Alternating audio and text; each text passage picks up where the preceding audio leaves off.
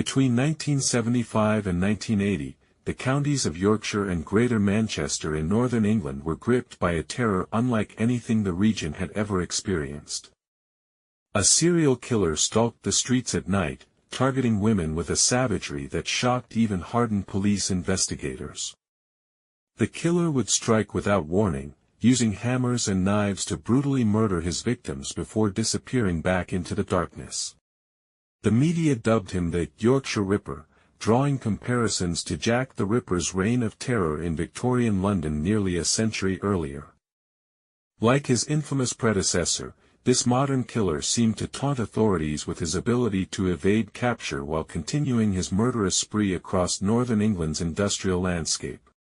The man behind this campaign of terror was Peter William Sutcliffe, a seemingly ordinary truck driver from Bradford whose mild exterior concealed one of the most dangerous predators in British criminal history. Over 5 years, he would kill 13 women and attempt to murder 7 others, leaving a trail of devastation that would haunt families and communities for decades.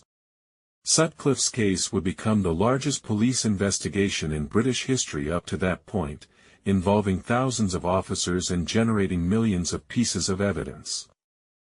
The investigation would ultimately expose serious flaws in police methods, reveal institutional misogyny that affected how victims were categorized, and demonstrate how prejudice and tunnel vision could allow a killer to remain free far longer than should have been possible.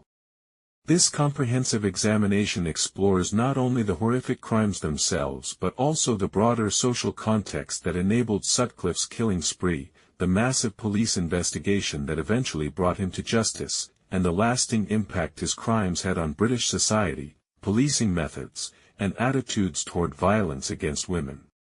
The story of the Yorkshire Ripper is ultimately a tale about how fear can paralyze entire communities, how investigative failures can have deadly consequences, and how the courage of survivors and the persistence of dedicated investigators can eventually triumph over even the most cunning predator. Peter William Sutcliffe was born on June 2, 1946, in Bingley, West Yorkshire, the first of 6 children born to John Sutcliffe and Kathleen Frances Coonan. His birth came just over a year after the end of World War II, during a time when Britain was struggling to rebuild and redefine itself in the post-war era. The Sutcliffe family was working class, typical of the Yorkshire communities that had been built around the textile industry and heavy manufacturing. John Sutcliffe worked in a variety of manual jobs, while Kathleen stayed home to raise their growing family. The family lived in a terraced house in a neighborhood where everyone knew each other's business and community ties were strong. From an early age, Peter Sutcliffe exhibited characteristics that would later be recognized as warning signs of violent behavior. He was a quiet, introverted child who struggled to form normal social relationships with his peers. His mother was reportedly overprotective and domineering, while his father was often absent due to work or drinking. During his school years, Sutcliffe was an average student who showed little interest in academic pursuits. He was often bullied by other children, partly due to his withdrawn nature and partly because of his family's reputation in the neighborhood. These early experiences of humiliation and social rejection would contribute to his developing resentment toward others. As a teenager, Sutcliffe began working various manual jobs, including positions in a mill and as a gravedigger at a local cemetery. The gravedigger job, which he held for 2 years, would later take on sinister significance as investigators tried to understand his psychological development. Colleagues remembered him as someone who seemed to enjoy the macabre aspects of the work more than was normal. Sutcliffe's relationships with women during his youth were troubled and often characterized by rejection and humiliation. He experienced several failed romantic relationships that left him feeling angry and resentful. These early rejections would later be cited as contributing factors in his development of a pathological hatred toward women. In the late 1960s, Sutcliffe began frequenting red-light districts in Leeds and Bradford, initially as a customer seeking prostitutes. However, these encounters often ended in conflict, with Sutcliffe feeling cheated or humiliated. On several occasions, he was reportedly shortchanged or ridiculed by sex workers, experiences that fueled his growing rage. One particular incident that would later be seen as pivotal occurred when Sutcliffe claimed he was cheated by a prostitute in Leeds. This alleged incident became part of his personal mythology and was used to justify his later attacks, though investigators would never be able to verify whether it actually occurred as he described it. Peter Sutcliffe's transformation from a troubled young man into a serial killer began in the mid-1970s, with his first known attack occurring on July 5, 1975. The victim was Anna Rogolskij, a 36-year-old mother of three who was walking home from work in Keighley, West Yorkshire, when Sutcliffe struck her on the head with a hammer. The attack on Rogolskij was brutal and would establish the pattern that Sutcliffe would follow throughout his killing spree. He approached his victim from behind, struck her multiple times with a hammer, and then used a knife to inflict additional wounds. Miraculously, Rogolskij survived the attack, though she suffered severe injuries that required extensive medical treatment. 3 months later, on October 15, 1975, Sutcliffe struck again, this time targeting Olive Smelt, a 46-year-old secretary who was walking home from an evening out in Halifax. Like his previous attack, Sutcliffe used a hammer to strike Smelt from behind before attempting to slash her with a knife. Smelt also survived, though she too suffered serious injuries. These early attacks revealed several important aspects of Sutcliffe's methodology and psychology. He preferred to attack women who were alone and vulnerable, typically approaching them from behind to maximize the element of surprise. His use of hammers as the primary weapon would become his signature, earning him comparisons to historical killers who had used similar weapons. The locations of these first attacks were also significant. Both occurred in areas that Sutcliffe knew well from his work and personal life, suggesting that he was selecting targets of opportunity rather than stalking specific individuals. This opportunistic approach would make him much more difficult to catch than killers who followed more predictable patterns. The survival of his first 2 victims provided police with crucial information about the attacker's methods and appearance, though this information would not immediately lead to his identification. Both women were able to provide descriptions of their attacker, describing him as a young man of average height with dark hair. However, the investigation of these early attacks was hampered by several factors. The attacks occurred in different police jurisdictions, making it difficult to coordinate information.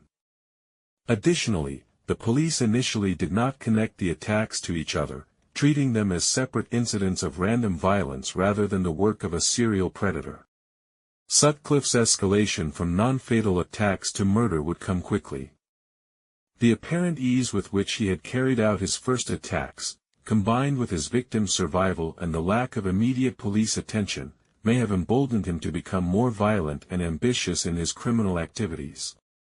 The transformation of Peter Sutcliffe from an attacker who left survivors to a murderer occurred with shocking swiftness. On October 30, 1975, just 2 weeks after his second non-fatal attack, Sutcliffe committed his first murder, killing 28-year-old Wilma McCann in Leeds. Wilma McCann was a mother of 4 who worked as a part-time prostitute to supplement her income and support her children.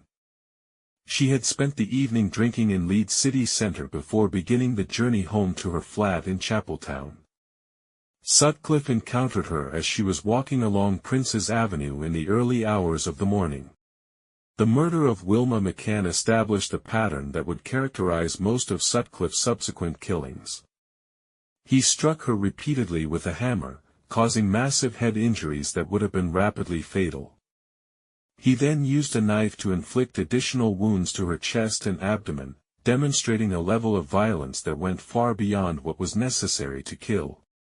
The discovery of McCann's body shocked the local community and marked the beginning of what would become one of the most intensive police investigations in British history. The brutality of the attack and the vulnerable nature of the victim created enormous pressure on police to identify and apprehend the killer quickly. Sutcliffe's second murder occurred on January 20, 1976, when he killed 42-year-old Emily Jackson in Leeds. Jackson, like McCann, worked as a prostitute and had been drinking in the city centre before encountering Sutcliffe. Her murder followed the same pattern as McCann's, with hammer blows to the head followed by knife wounds to the torso. The similarities between the McCann and Jackson murders led police to conclude that they were dealing with a serial killer. The specific combination of weapons used, the targeting of sex workers, and the locations of the attacks all suggested that the same individual was responsible for both crimes. The media attention surrounding these murders was intense and often sensationalistic. Newspapers began referring to the unknown killer as the Yorkshire Ripper, a comparison that both dramatized the crimes and placed enormous pressure on police to capture him quickly. The investigation team, led by Detective Chief Superintendent Dennis Hoban, faced enormous challenges in trying to identify the killer. The transient nature of the sex work community made it difficult to identify potential witnesses, while the stigma attached to prostitution meant that many people were reluctant to come forward with information. As Peter Sutcliffe continued his killing spree throughout 1976 and 1977, a clear pattern emerged in his selection of victims and methods of attack. This pattern would both help and hinder the police investigation, providing crucial insights into the killer's psychology while also creating dangerous assumptions about who was at risk. On May 9, 1976, Sutcliffe killed his third victim, 20-year-old Marcella Claxton, in Leeds. However, unlike his previous victims, Claxton was not involved in sex work. She was a young woman who had been out socializing and was walking home when she encountered Sutcliffe. Her murder marked a significant escalation and demonstrated that the killer's target range was broader than initially assumed. The murder of Irene Richardson on February 5, 1977, returned to the pattern of targeting sex workers. Richardson was killed in Roundhay Park in Leeds, and the brutality of the attack was even more extreme than previous murders. Sutcliffe had struck her 13 times with a hammer and inflicted numerous knife wounds, suggesting that his violence was escalating. Patricia Tina Atkinson became Sutcliffe's fifth victim on April 23, 1977, when she was murdered in her flat in Bradford. This marked the first time the killer had attacked someone indoors, suggesting growing confidence and a willingness to take greater risks. The intimate setting of the murder also provided more forensic evidence than previous outdoor attacks. The murder of Jane MacDonald on June 26, 1977, proved to be a turning point in both the investigation and public perception of the case. MacDonald was a 16-year-old shop assistant who was walking home from a night out when she was killed. She was not involved in sex work and had no connection to the red light district where previous murders had occurred. MacDonald's murder generated enormous public outrage and media attention, partly because she was seen as an innocent victim in contrast to the sex workers who had been killed previously. This distinction revealed troubling attitudes about the relative value of different victims' lives and would influence both the investigation and public response to subsequent attacks. The police investigation, now under the leadership of Detective Chief Superintendent George Oldfield after Dennis Hoban's death from a heart attack, began to focus intensively on the red light districts of Leeds and Bradford. This focus was based on the assumption that the killer was specifically targeting prostitutes, an assumption that would prove to be both partially correct and dangerously limiting. The Yorkshire Ripper investigation, officially known as Operation Ripper, became one of the largest and most resource-intensive police investigations in British history. At its peak, the investigation involved over 300 detectives and support staff, generated over 3 million index cards, and cost millions of pounds. Detective Chief Superintendent George Oldfield became the public face of the investigation after taking over from Dennis Hoban. Oldfield was an experienced detective who had worked on numerous high-profile cases, but nothing in his career had prepared him for the scale and complexity of the Ripper investigation. The investigation team established a major incident room at Leeds Police Headquarters, where information from across multiple police forces was collated and analyzed. The sheer volume of information generated by the investigation was overwhelming, and the primitive computer systems available at the time were inadequate for managing the data effectively. One of the most significant challenges facing the investigation was the geographic spread of the attacks across multiple police jurisdictions. The Yorkshire Ripper's crimes spanned several different police areas, including West Yorkshire, Greater Manchester, and others, requiring unprecedented cooperation between different forces. The investigation employed various innovative techniques for the time, including psychological profiling, extensive house-to-house inquiries, and analysis of vehicle movements in areas where attacks occurred. However, many of these techniques were still in their infancy and often proved less effective than hoped. Media management became a crucial aspect of the investigation as public interest and press attention intensified. Oldfield held regular press conferences and appeals for information, but the media attention also created problems, including false leads and copycat claims that diverted investigative resources. The investigation team developed several theories about the killer's identity and background. They believed he was likely a local man with knowledge of the areas where attacks occurred, probably worked in a job that gave him mobility and flexibility, and had specific hatred or grievance against women, particularly sex workers. Forensic evidence from the crime scenes was limited by the technology available at the time. DNA analysis was not yet available, so investigators relied on more traditional forensic techniques such as blood typing, fingerprint analysis, and examination of physical evidence like footprints and tire tracks.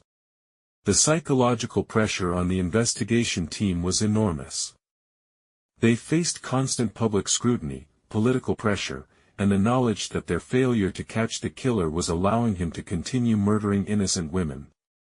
This pressure would later contribute to some of the investigative errors that prolonged Sutcliffe's killing spree.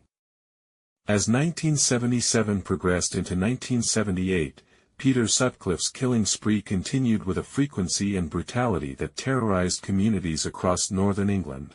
Each new attack brought fresh horror and increased pressure on the police investigation to produce results.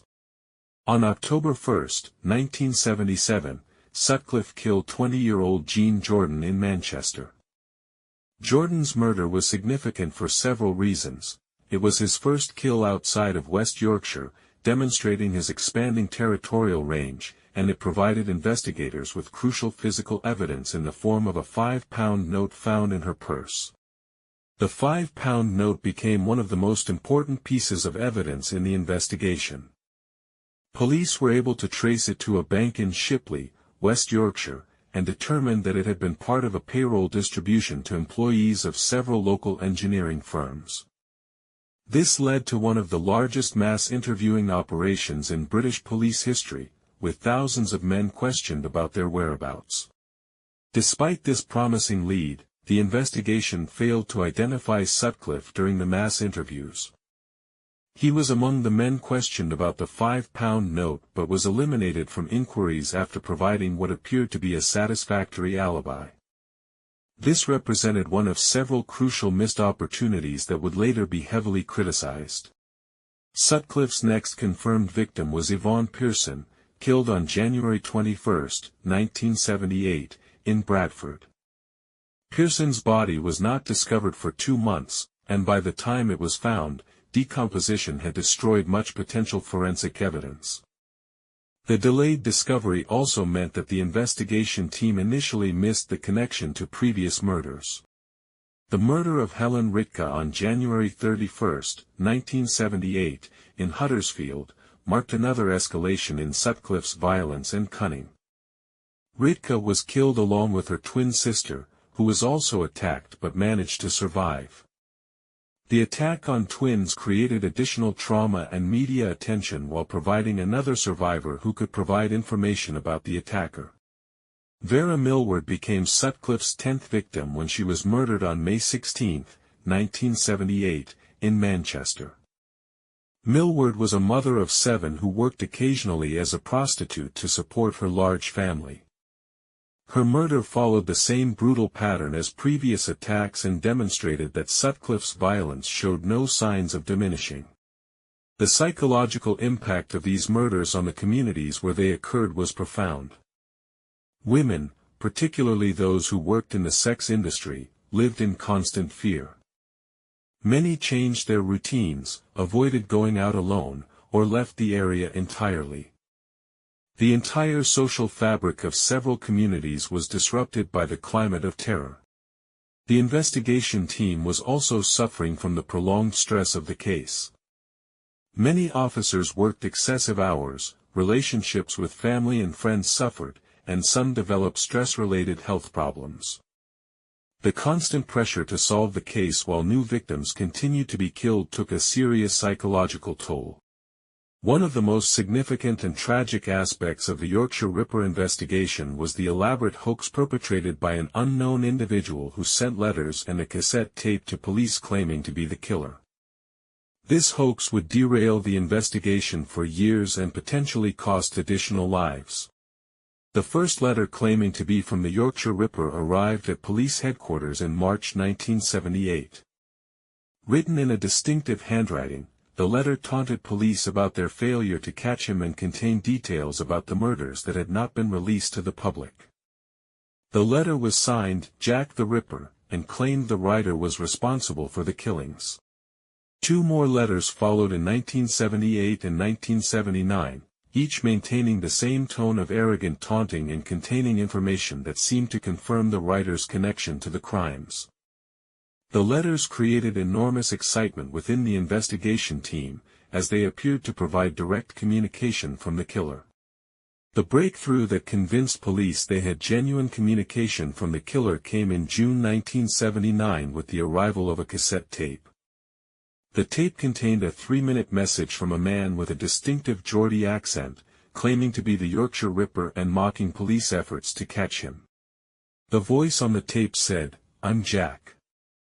I see you are still having no luck catching me.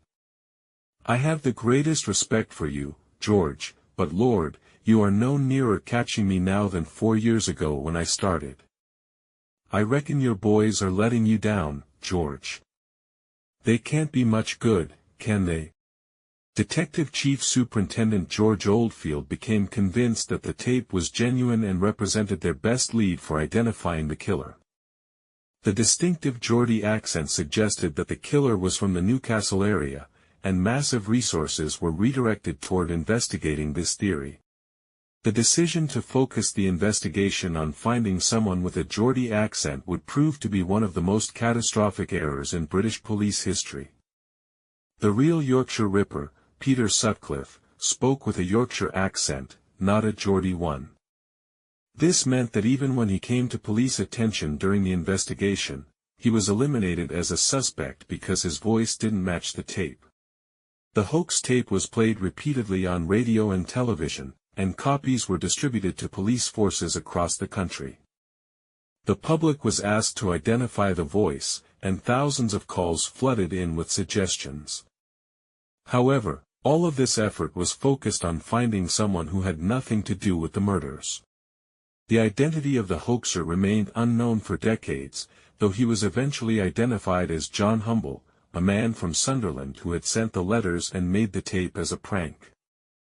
Humble was finally arrested in 2005 and sentenced to 8 years in prison for perverting the course of justice. The impact of the hoax on the investigation cannot be overstated. It not only wasted enormous resources and misdirected the investigation but also likely cost lives by allowing Sutcliffe to continue killing while police searched for a non-existent Geordie killer. The period from 1979 to 1981 represented the darkest phase of the Yorkshire Ripper investigation.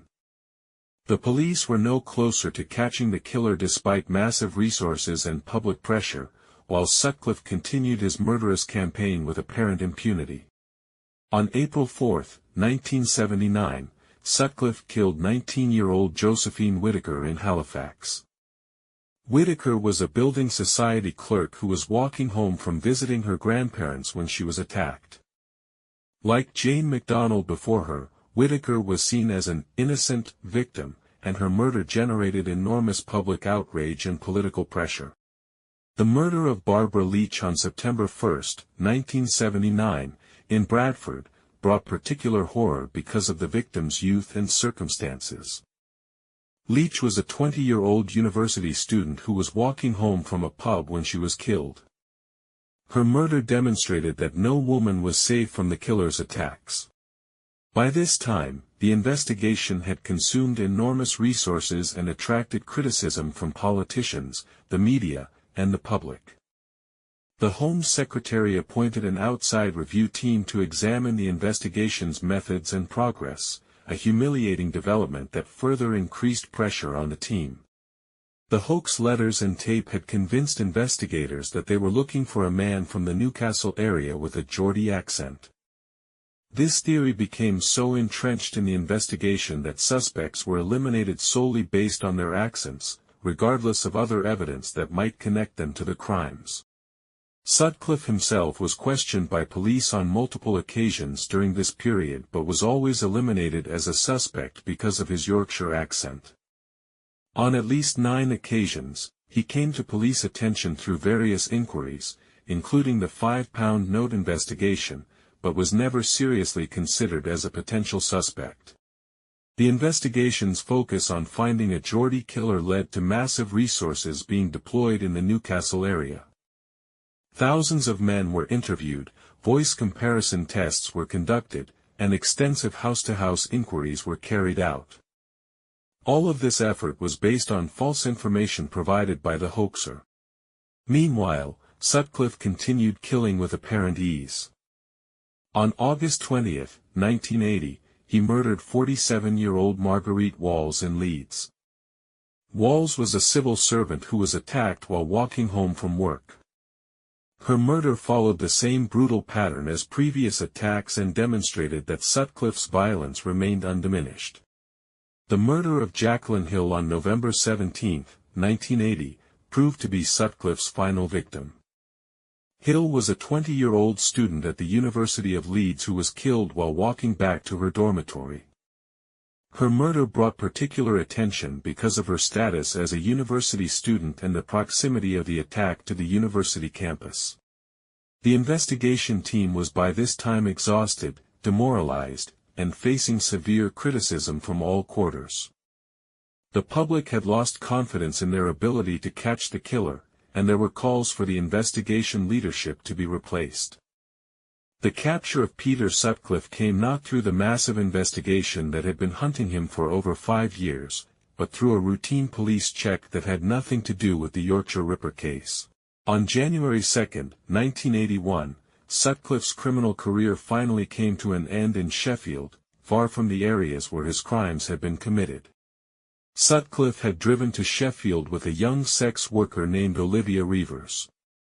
They were sitting in his car in a red light district when they were approached by 2 police officers conducting routine patrols. The officers, Sergeant Robert Ring and PC Robert Hides, decided to check the car's number plates as part of their normal duties. When the officers ran the number plates through their radio check, they discovered that the plates were stolen and had been placed on Sutcliffe's car to disguise its true identity. This was a routine criminal offense that had nothing to do with the Ripper investigation, but it gave police grounds to arrest Sutcliffe and search him. Before being arrested, Sutcliffe asked if he could urinate behind a nearby building. The officers allowed this, not realizing that he was disposing of weapons that would later prove crucial to the case.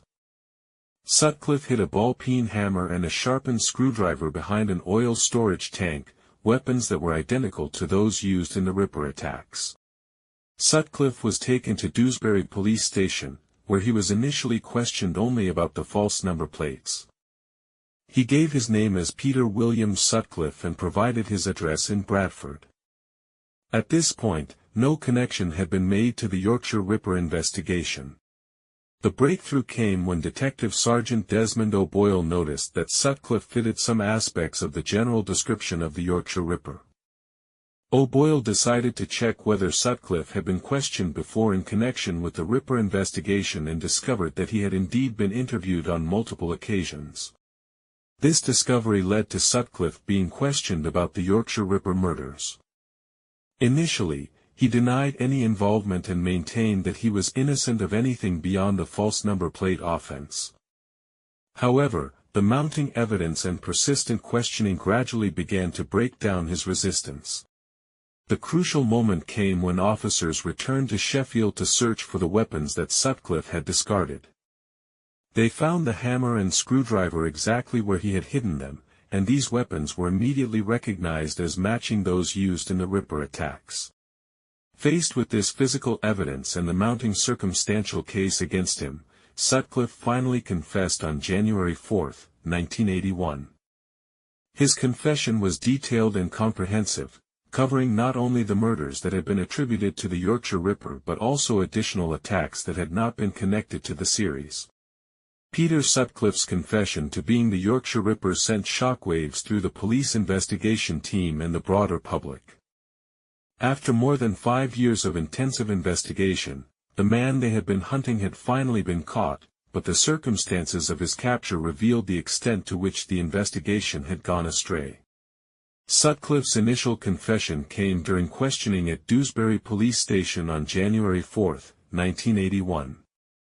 After being confronted with the evidence of the weapons he had discarded and the mounting circumstantial case against him, he finally admitted to being the Yorkshire Ripper. His confession was remarkably detailed and matter-of-fact, delivered in a calm, emotionless voice that chilled the experienced detectives who heard it. Sutcliffe described his crimes with precision, providing details about dates, locations, victims, and methods that could only have come from the perpetrator. Sutcliffe confessed to 13 murders and 7 attempted murders, though investigators suspected he may have been responsible for additional attacks that he either didn't remember or chose not to admit to. His confession provided closure for many cases that had baffled investigators for years. One of the most disturbing aspects of Sutcliffe's confession was his explanation of his motivations. He claimed that he had been commanded by God to kill prostitutes and that he heard voices from heaven instructing him to carry out his mission. These claims of divine inspiration would later become central to his legal defense strategy. Sutcliffe's description of his methods revealed the calculated nature of his attacks. He explained how he would cruise red-light districts looking for potential victims, how he would approach them from behind to maximize surprise, and how he would use his hammer and knife in combination to ensure their deaths. The confession also revealed the extent of Sutcliffe's preparation and planning. He described how he would scout locations in advance, how he would select and modify his weapons for maximum effectiveness, and how he would plan escape routes from attack sites. Sutcliffe's calm demeanor during his confession was particularly disturbing to investigators. He showed no remorse for his actions, no empathy for his victims, and seemed to view his crimes as a necessary duty that he had been compelled to carry out. The confession process took several days as investigators worked to verify Sutcliffe's claims and gather additional evidence. They visited crime scenes with him, allowing him to demonstrate how attacks had been carried out and to point out evidence that had been missed during original investigations. The detailed nature of Sutcliffe's confession left no doubt about his guilt, but it also raised questions about his mental state and fitness for trial. His claims of divine inspiration and his apparent lack of remorse suggested possible mental illness that would need to be evaluated by psychiatric experts. The capture and confession of Peter Sutcliffe exposed serious flaws in the Yorkshire Ripper investigation that had allowed him to remain free for over 5 years while continuing to kill. The post-arrest analysis revealed a catalogue of missed opportunities, investigative errors, and institutional failures that would lead to major reforms in British policing. One of the most significant failures was the investigation's fixation on the hoax letters and tape. The decision to focus exclusively on finding a man with a Geordie accent meant that the real killer was eliminated from consideration multiple times despite other evidence that connected him to the crimes. Sutcliffe had been questioned by police on at least 9 separate occasions during the investigation but was never seriously considered as a suspect because his Yorkshire accent didn't match the hoax tape. This represented a fundamental failure to maintain objectivity and consider alternative explanations for the evidence. The £5 note investigation provided another clear example of investigative failure. Sutcliffe was among thousands of men interviewed about the banknote found with victim Jean Jordan, but he was eliminated after providing an alibi that was never properly verified. More thorough follow-up might have identified him as the killer years earlier. The investigation's computer system, which was considered advanced for its time, actually contributed to some of the failures.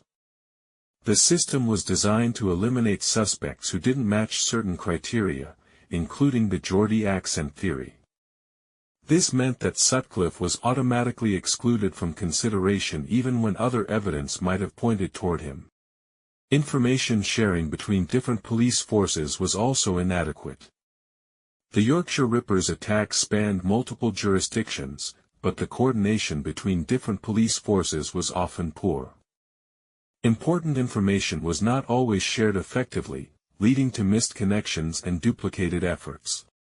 The investigation team's tunnel vision extended beyond the hoax tape to include other assumptions about the killer that proved to be incorrect. They assumed he worked in specific types of jobs, lived in particular areas, and followed certain patterns that didn't actually apply to Sutcliffe. Resource allocation was another major problem.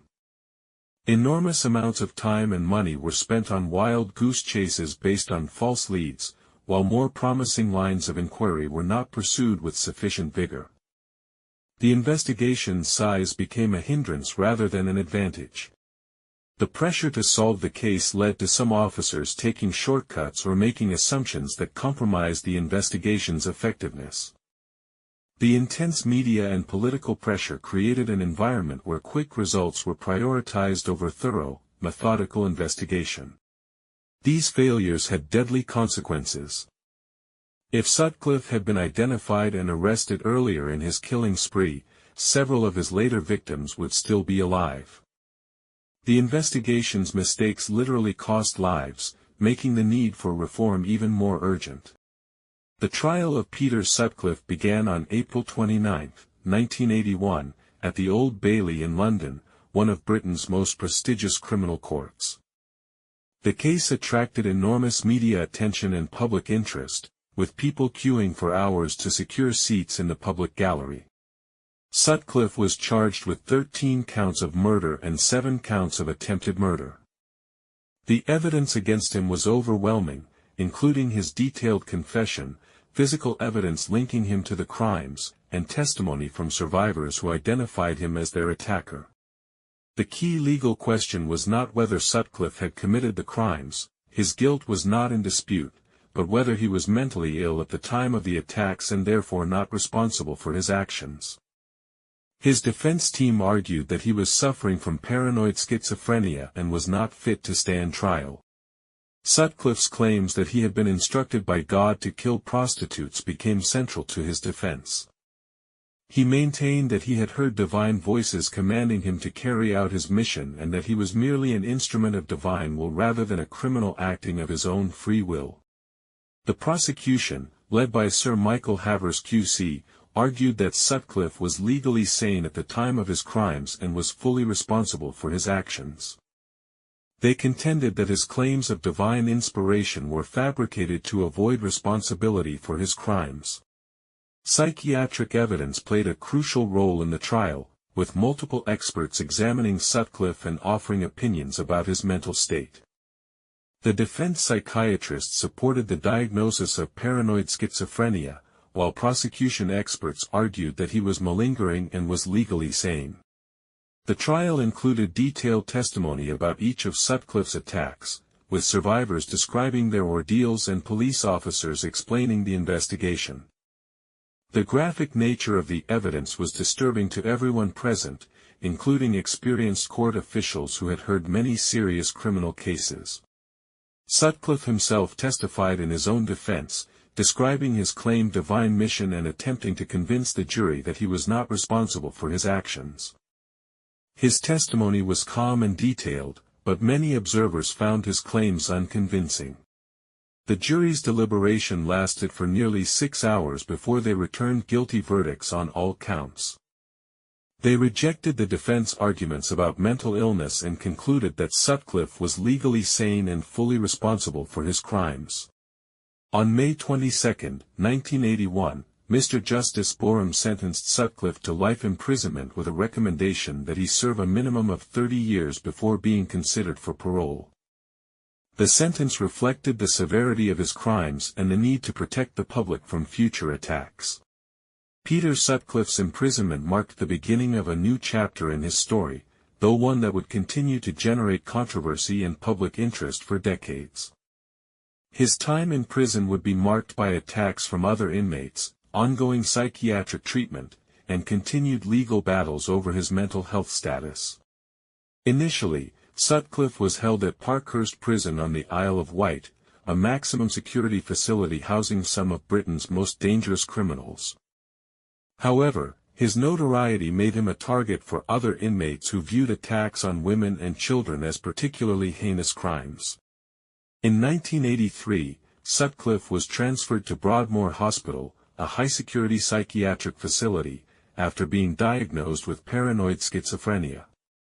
This transfer was controversial, with many questioning whether he was genuinely mentally ill or simply manipulating the system to secure better conditions. During his time at Broadmoor, Sutcliffe was attacked on several occasions by other patients. The most serious incident occurred in 1997 when he was stabbed in both eyes with a pen by another patient, causing permanent damage to his vision. The attack was seen by many as rough justice for his crimes. Sutcliffe's mental health remained a subject of ongoing debate throughout his imprisonment. While some psychiatrists maintained that he suffered from genuine mental illness, others argued that his symptoms were exaggerated or fabricated to avoid the harsher conditions of regular prison. In 2016, after more than 3 decades at Broadmoor, Sutcliffe was deemed well enough to be transferred back to the regular prison system. He was moved to HMP Franklin in County Durham, a high-security prison where he would spend his remaining years. Throughout his imprisonment, Sutcliffe received thousands of letters from members of the public, including marriage proposals from women who were apparently attracted to notorious criminals. He also received hate mail and death threats, reflecting the continued public revulsion at his crimes. Sutcliffe's legal status underwent several changes during his imprisonment. In 2010, the Court of Appeal increased his minimum sentence from 30 years to a whole-life tariff, meaning he would never be eligible for release. This decision reflected the severity of his crimes and the ongoing risk he posed to public safety. The question of whether Sutcliffe would ever be released became a recurring source of public debate. Victims' families and campaigners argued that he should never be freed, while some legal experts questioned whether whole-life sentences were appropriate for crimes committed decades earlier. Sutcliffe's health began to decline significantly in his later years. He suffered from various age-related conditions and was reportedly going blind as a result of the 1997 attack on his eyes. Despite his failing health, he remained in custody until his death. The cost of Sutcliffe's imprisonment and medical care over 4 decades was estimated to be several £million, making him one of the most expensive prisoners in British history. This cost was seen by many as a necessary expense to protect the public from his potential release. While Peter Sutcliffe's name became infamous, it is crucial to remember and honor the 13 women whose lives he took and the 7 others who survived his attacks. Each victim was a unique individual with their own story, dreams, and loved ones who mourned their loss. Wilma McCann, Sutcliffe's first murder victim, was a 28-year-old mother of 4 children who was struggling to make ends meet. Her death left her children orphaned and dependent on relatives for care. Her family spent decades seeking justice and fighting to ensure that their mother was remembered as more than just a victim. Emily Jackson, the second murder victim, was a 42-year-old mother who had turned to sex work to help support her family during financial difficulties. Her death devastated her husband and children, who struggled with both grief and the stigma associated with her work. Irene Richardson, killed in February 1977, was a 28-year-old mother who had moved to Leeds from London. Her death was particularly brutal, and the discovery of her body in Roundhay Park shocked the local community and intensified media attention on the case. 16-year-old Jane MacDonald's murder in June 1977 marked a turning point in public perception of the case. As a young shop assistant with no connection to sex work, her death challenged assumptions about who was at risk and generated enormous public sympathy and outrage. Patricia Tina Atkinson, a 32-year-old sex worker killed in her own flat in Bradford, represented the vulnerability of women working in the industry. Her murder in her own home demonstrated that nowhere was truly safe from the killer's attacks.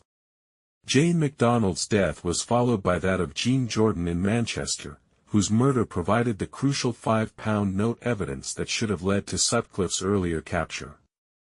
Jordan was a 20-year-old from Scotland who had moved to Manchester seeking opportunities. Yvonne Pearson, killed in January 1978, was a 22-year-old mother whose body wasn't discovered for 2 months. The delayed discovery meant that crucial forensic evidence was lost and her family endured weeks of uncertainty about her fate. Helen Ritka, murdered at age 18 in Huddersfield, was killed alongside her twin sister Rita, who survived the attack. The trauma experienced by Rita, who witnessed her sister's murder, highlighted the lasting impact of Sutcliffe's crimes on survivors and witnesses. Vera Millward, a 41-year-old mother of 7, was killed in Manchester in May 1978. Her large family was left without their primary caregiver, creating additional hardship beyond the grief of losing their mother. Josephine Whittaker, a 19-year-old building society clerk killed in Halifax, was another victim who challenged stereotypes about who was at risk. Her murder while walking home from visiting relatives demonstrated that any woman could become a target. Barbara Leach, a 20-year-old university student killed in Bradford, represented the fears of young women across northern England. Her death while walking home from a social evening highlighted the restrictions that the killer's presence placed on normal life. Marguerite Walls, a 47-year-old civil servant killed in Leeds, and Jacqueline Hill, a 20-year-old student who was Sutcliffe's final victim, both died while simply trying to get home safely. Their deaths underscored the randomness and unpredictability of the attacks. The 7 women who survived Peter Sutcliffe's attacks faced their own struggles with trauma, recovery, and the justice system. Their courage in coming forward and testifying helped secure his conviction while also highlighting the lasting impact of violent crime on survivors. Anna Rogalskij, Sutcliffe's first known victim who survived his July 1975 attack in Keighley, suffered severe head injuries that required extensive medical treatment. Her survival and ability to provide a description of her attacker gave police their first leads in what would become a massive investigation. Olive Smelt, who survived an attack in Halifax in October 1975, also provided crucial information about the attacker's appearance and methods. Both women's descriptions helped establish the pattern of hammer attacks that would characterize the investigation. Marcella Claxton survived a brutal attack in Leeds in May 1976 that left her with permanent injuries and psychological trauma. Her case was initially not connected to the Ripper series, demonstrating how the investigation's focus on certain types of victims led to important cases being overlooked. Maureen Long survived an attack in Bradford in July 1977 that followed the same pattern as the murders. Her survival and testimony provided additional evidence about Sutcliffe's methods and helped establish links between different attacks. Marilyn Moore was attacked in Leeds in December 1977 but managed to survive despite severe injuries. Her detailed description of her attacker and his vehicle provided important leads for the investigation. And Rooney survived an attack in Leeds in January 1979, though she was initially reluctant to come forward due to the stigma associated with being in a red light district. Her eventual testimony added to the evidence against Sutcliffe. Teresa Sykes was attacked in Huddersfield in August 1980 and survived to provide testimony that helped establish Sutcliffe's presence in that area during the timeframe of other attacks. The psychological impact on survivors was profound and long-lasting. Many suffered from post-traumatic stress disorder, depression, and anxiety that affected their ability to work, maintain relationships, and live normal lives. The support available for crime victims in the 1970s and 1980s was limited compared to modern standards. Several survivors faced additional trauma during the legal proceedings, as defense attorneys attempted to discredit their testimony and police questioning was often insensitive. The adversarial nature of the justice system created additional challenges for women who were already struggling with the trauma of their attacks. Some survivors became advocates for other crime victims and worked to improve support services and legal procedures. Their efforts helped bring about important reforms in how the justice system treats survivors of violent crime. The Yorkshire Ripper case had profound impacts on British society that extended far beyond criminal justice and law enforcement. The case exposed and challenged prevailing attitudes about women, sexuality, and violence while also demonstrating the power of media to shape public perceptions. One of the most significant social impacts was the way the case highlighted society's different attitudes toward different types of victims. The distinction made between innocent victims like Jane MacDonald and Josephine Whittaker and sex workers revealed troubling assumptions about whose lives had value and who deserved protection. The case also demonstrated how women's mobility and freedom were restricted by male violence. During the height of the Rippers' activity, women across northern England changed their behavior, avoiding going out alone, altering their routes home, and living in constant fear. The killer had effectively imprisoned an entire population of women. Feminist groups and women's rights organizations used the case to highlight broader issues of male violence against women. They argued that the Ripper was an extreme example of the violence that women faced daily and called for broader social changes to address gender-based violence. The media coverage of the case was often sensationalistic and sometimes contributed to harmful stereotypes about both victims and potential suspects. The nickname Yorkshire Ripper itself drew comparisons to Jack the Ripper and created a sense of almost mythical terror around the crimes. The case also had significant impacts on sex work and the communities where it occurred. The targeting of sex workers led to increased stigmatization of the industry while also highlighting the vulnerabilities faced by women in this work. Some areas saw temporary decreases in street-based sex work as women sought safer alternatives. Community solidarity emerged in many areas affected by the murders, with residents organizing safety patrols, escort services, and support networks for vulnerable women. These grassroots responses demonstrated how communities could come together in the face of terror. The case influenced popular culture for decades, inspiring books, films, documentaries, and television series. Some of these cultural productions helped maintain public awareness of the case and its lessons, while others sensationalized the crimes for entertainment purposes. The failures exposed by the Yorkshire Ripper investigation led to fundamental reforms in British policing methods, technology, and approach to major crime investigations. The case became a watershed moment that influenced police practices for decades to come. One of the most significant reforms was the development of the Home Office Large Major Inquiry System, HOMS, a computer database designed to manage information in major crime investigations more effectively. HOMS was specifically created to address the information management failures that had plagued the Ripper investigation. The introduction of HOMS revolutionized how police investigations were conducted, allowing for better organization of evidence, more effective cross-referencing of information, and improved coordination between different police forces. The system prevented the kind of information overload that had overwhelmed the Ripper investigation. Forensic science capabilities were significantly expanded following the case, with increased investment in DNA analysis, improved fingerprinting techniques, and better training for forensic specialists. These advances helped ensure that physical evidence would be more effectively utilized in future investigations. Police training was reformed to address the tunnel vision and bias that had affected the Ripper investigation.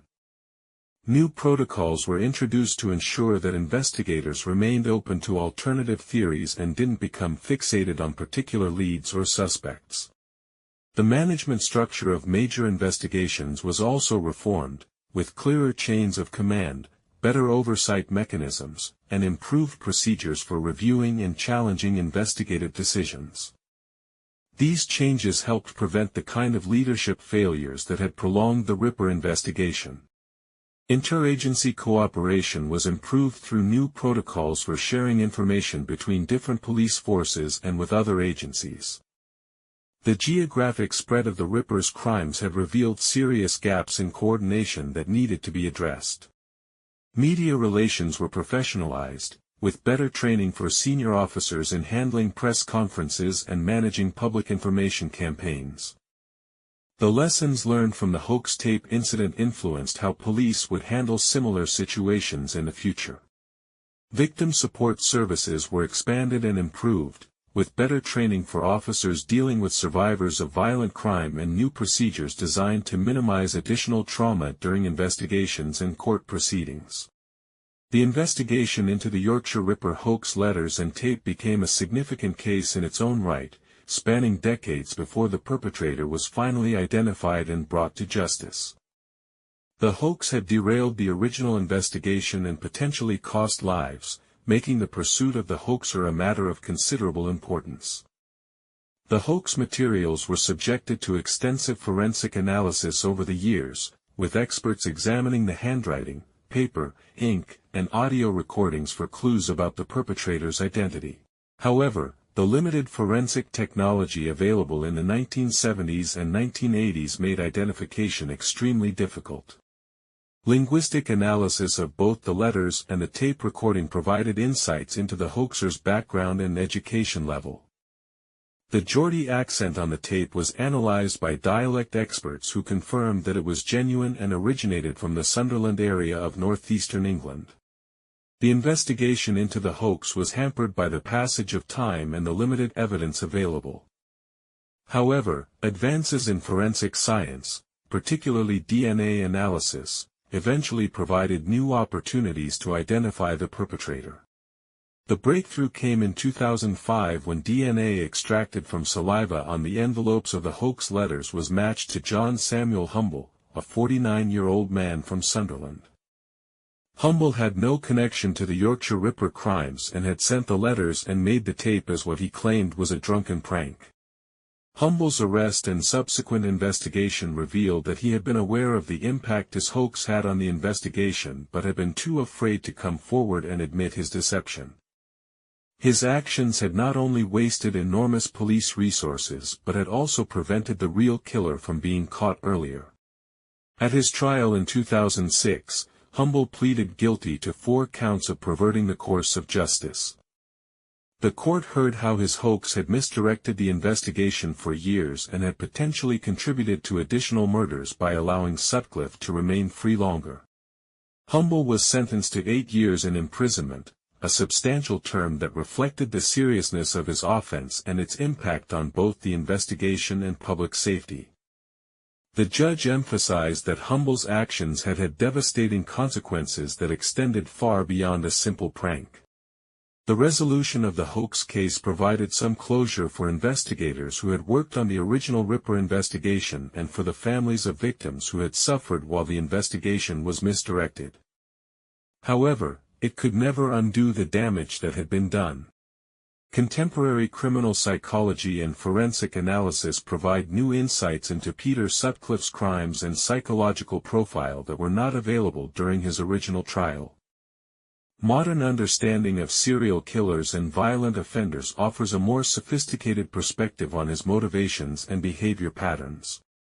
Sutcliffe's crimes clearly demonstrate characteristics of organized serial killing, including careful planning, victim selection, and attempts to avoid detection. His ability to evade capture for over 5 years while committing multiple murders required significant criminal sophistication and intelligence. The geographic pattern of Sutcliffe's attacks reveals important aspects of his psychology and methodology. His crimes were concentrated in areas he knew well, suggesting comfort zone killing behavior that is typical of many serial offenders. His expansion into Manchester and other areas showed increasing confidence and territorial expansion. Sutcliffe's victim selection patterns demonstrate both opportunistic and preferential elements.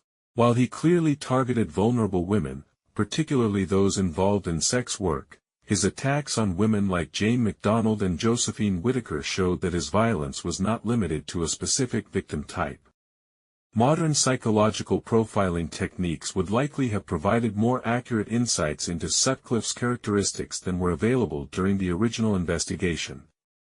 Contemporary profilers use more sophisticated analyses of crime scene behavior, victim selection, and geographic patterns to develop suspect descriptions. The question of Sutcliffe's mental health remains complex even with modern diagnostic criteria.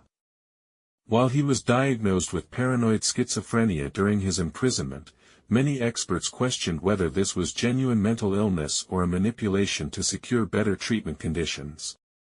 Sutcliffe's claims of divine instruction to kill prostitutes fit patterns observed in other religiously motivated killers, though the authenticity of such claims is often questionable. Many serial killers develop elaborate justification systems for their crimes that may include religious or moral rationalizations. The escalation pattern in Sutcliffe's crimes, from non-fatal attacks to murder to increasingly brutal killings, follows trajectories commonly observed in serial killers. This escalation suggests an addiction-like quality to violence and a need for increasingly extreme acts to achieve psychological satisfaction. Peter Sutcliffe died in prison on November 13, 2020, at the age of 74, bringing an end to one of the most notorious criminal careers in British history. His death marked the conclusion of a case that had haunted British society for over 4 decades and had fundamentally changed law enforcement practices. Sutcliffe's death from COVID-19 complications occurred at University Hospital of North Durham, where he had been receiving treatment. His death was largely unlamented by the public, with many viewing it as the end of a long overdue chapter in British criminal history. The immediate reaction to Sutcliffe's death was mixed, with victims' families expressing relief that he could no longer be a source of ongoing trauma, while others noted that his death had denied them the satisfaction of seeing him serve his full sentence. The legacy of the Yorkshire Ripper case extends far beyond Sutcliffe's individual crimes to encompass fundamental changes in British policing, criminal justice, and social attitudes. The case remains one of the most studied and referenced examples of both serial killing and investigative failure. The Holmes computer system developed in response to the investigation's failures has been continuously updated and remains a cornerstone of major crime investigation in the UK and other countries. The system has been credited with helping solve numerous cases that might otherwise have remained unsolved. Training programs for police officers and other criminal justice professionals continue to use the Yorkshire Ripper case as an example of both investigative methods and the dangers of tunnel vision and bias in criminal investigations. The case continues to influence academic research into serial killing, with criminologists and psychologists using Sutcliffe's crimes as a case study in violent criminal behavior, investigative psychology, and the social impact of serial murder. Media portrayals of the case continue to appear regularly, with documentaries, books, and television series exploring different aspects of the crimes and investigation. These productions help maintain public awareness of the case and its lessons. The case has also influenced policy discussions about violence against women, sex work legislation, and support services for crime victims. The differential treatment of Sutcliffe's victims based on their lifestyles highlighted important issues about societal attitudes toward different groups of women. The story of Peter Sutcliffe, the Yorkshire Ripper, serves as one of the most comprehensive case studies in the history of serial crime and criminal investigation. His 5-year reign of terror across northern England claimed 13 lives and terrorized entire communities while exposing serious flaws in law enforcement practices and social attitudes. The human cost of Sutcliffe's crimes extends far beyond the 13 women he murdered and 7 others he attempted to kill. Each victim was an individual with their own story, loved ones who mourned them, and potential that was tragically cut short. Their memory deserves to be honored not just as statistics in a criminal case but as human beings whose lives had value and meaning. The investigation that eventually brought Sutcliffe to justice became one of the largest and most resource-intensive police operations in British history, ultimately costing millions of pounds and involving thousands of officers. Yet despite this massive effort, Sutcliffe was captured not through investigative brilliance but through routine police work that had nothing to do with the Ripper inquiry. The failures of the investigation, particularly the fixation on the hoax letters and tape, demonstrated how easily even well-resourced and well-intentioned investigations can go astray when they become trapped by tunnel vision and false assumptions. These failures had deadly consequences, as Sutcliffe remained free to kill while police searched for a non-existent Geordie perpetrator. The social impact of the case revealed troubling attitudes about the relative value of different victims' lives. The distinction made between innocent victims and sex workers highlighted deep-seated prejudices that affected both the investigation and public response to the crimes. The case also demonstrated how fear of violent crime can fundamentally alter the fabric of society. Women across northern England modified their behavior, avoided certain areas, and lived in constant anxiety during Sutcliffe's killing spree. The killer had effectively imprisoned an entire population through terror. The reforms that followed the case, including new computer systems, improved forensic capabilities, and better training for investigators, helped ensure that future investigations would be better equipped to avoid the mistakes that had prolonged Sutcliffe's freedom. These changes have contributed to the solution of numerous subsequent cases. The Yorkshire Ripper case remains relevant today as society continues to grapple with issues of violence against women, the challenges of major crime investigation, and the importance of treating all victims with equal dignity and respect. The lessons learned from this tragic chapter in British criminal history continue to inform law enforcement practices and social policy. Sutcliffe's death in 2020 brought closure to a case that had haunted British society for over 4 decades. While his passing was largely unlamented, it marked the end of a criminal career that had fundamentally changed how Britain approaches criminal investigation and victim support.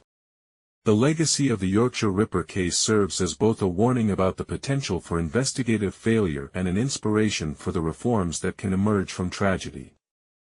The case demonstrates that even the most serious mistakes can lead to positive changes if societies are willing to learn from their errors and implement necessary reforms. Perhaps most importantly, the case serves as a reminder of the importance of treating all victims of violent crime with equal compassion and respect, regardless of their lifestyle or circumstances. The distinction made between different types of victims during the original investigation represented a failure of both law enforcement and society that must not be repeated. As we continue to study and learn from cases like that of Peter Sutcliffe, we must remember that behind every criminal statistic is a human story of loss, suffering, and survival. The true measure of our response to such cases lies not in our fascination with the perpetrators but in our commitment to honoring victims, supporting survivors, and working to prevent future tragedies. This comprehensive case study is based on court records, police investigation files, contemporary media reports, and extensive academic research into the Yorkshire Ripper case. It serves as an educational resource for understanding one of Britain's most significant serial killer cases and its lasting impact on law enforcement and society.